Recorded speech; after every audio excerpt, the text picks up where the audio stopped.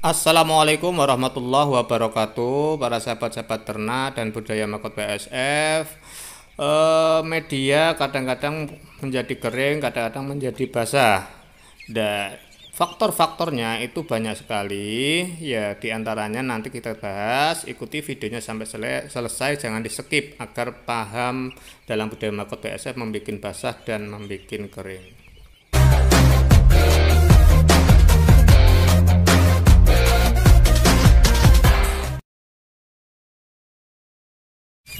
Bagi para pemula bahan budidaya Makot BASF pasti mengalami kebingungan mengapa media magotnya menjadi basah dan bagaimana caranya membuat media agar kering.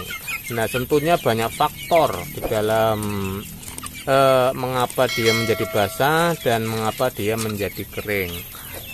Ada beberapa faktor mengapa media menjadi becek, yaitu salah satunya pemberian makan itu berlebihan.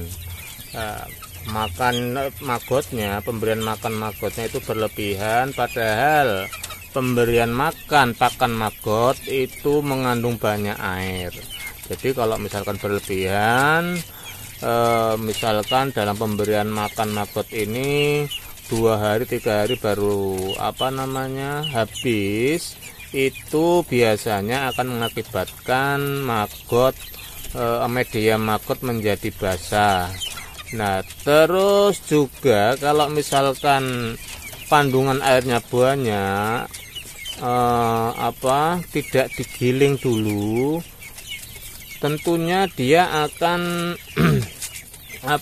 basah. Kalau misalkan 2 hari 3 hari tidak habis makanannya, belum dimakan oleh magot, akhirnya sisa dan banyak kandungan air, akhirnya menjadi basah medianya. Nah, kalau sudah basah seperti itu kan panennya sangat sulit. Namun kelebihannya juga ada nanti kalau misalkan kita dulu udah tak terangkan kelebihan kalau misalkan membuat media bacek atau media basah, itu banyak sekali keuntungannya, yaitu magotnya cepat besar. Namun kalau misalkan basah ini tidak langsung bisa seperti ini.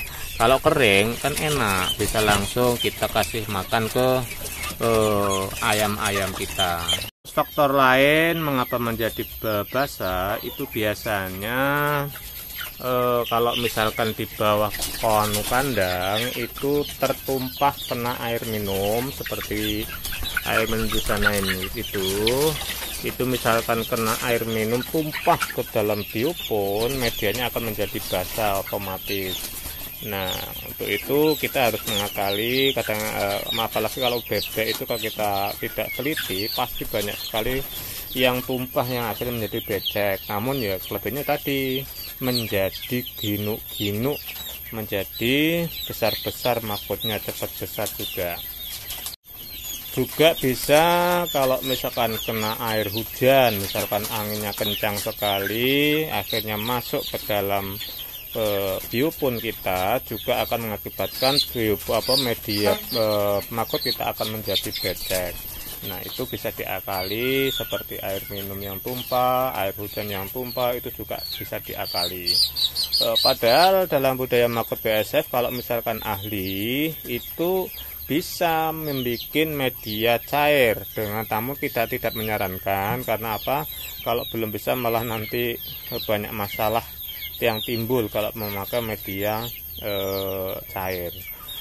Cepet banget karena namanya perkembangan kalau misalkan pakai media cair. Karena apa? Dia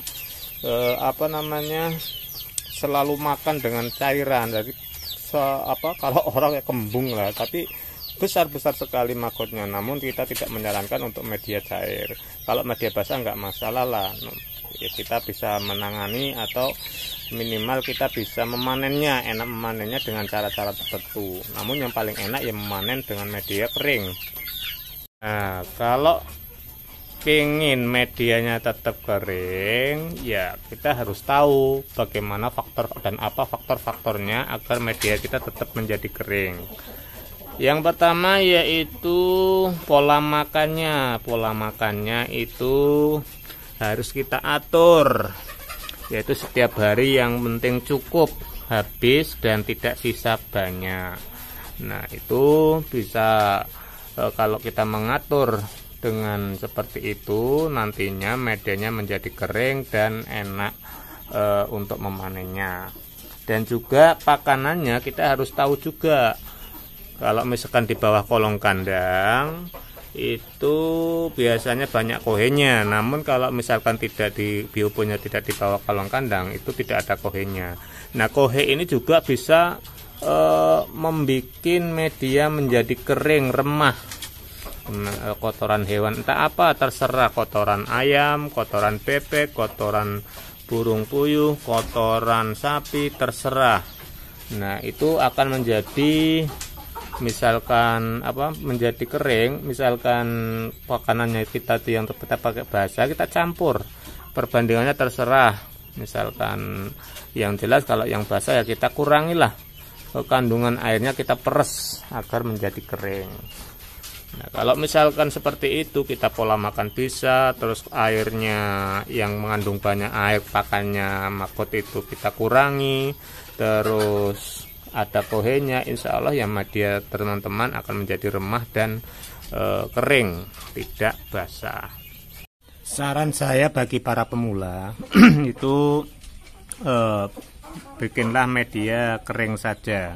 Nah, tapi namanya pemula biasanya ya kesulitan untuk membuat media kering.